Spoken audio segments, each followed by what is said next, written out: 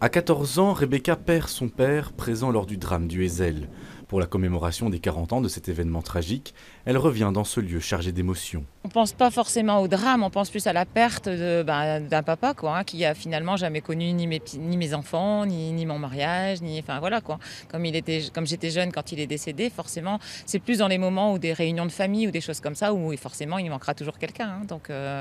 Sinon après on apprend à vivre avec, on est bien obligé de toute façon. Ilir, lui, a assisté au drame depuis un autre gradin. La fin de la courbe arrivait plus ou moins à la lettre B.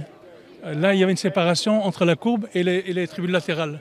Et donc, je n'étais pas si loin que ça, en fait. On a vu des gens étalés au sol, on ne savait pas si c'était décédé ou pas. Le souvenir des événements est encore très douloureux. Il y a un sentiment de culpabilité, parce que j'ai rien pu faire. Enfin, j'avais 20 ans, mais j'aurais pu peut-être donner un coup de main. Mais d'avoir assisté à ça sans avoir rien pu faire, oui, c'est quand même assez pénible. Et on porte ça à chaque fois. D'ailleurs, les images qui ont été diffusées, encore les reportages, j'arrive pas à les voir. L'hommage rassemble des victimes, des familles de victimes, mais aussi des groupes de supporters et d'ultras. Beaucoup sont venus d'Italie. Alors ce FJR, c'est pour Fighters Juverum, donc ça c'est la section qui arrive de Rome. Donc on a des sections qui sont arrivées de Turin, de Rome, Barletta et Andria, c'est dans les Puglie. Eux, ce sont des Juventus Club.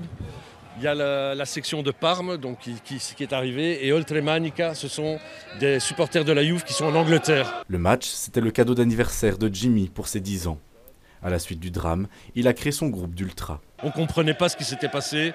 On avait vu aussi que les autorités n'étaient pas très présentes à ce moment-là et qu'il y a vraiment eu un déni. Et donc pour nous, c'était important justement de se battre pour ne pas qu'on oublie ce qui s'est passé ici. C'est une tragédie, on espère qu'elle n'arrivera plus. Le drame du Heysel a fait 39 victimes. Leurs noms ont résonné lors des discours, pour ne jamais les oublier.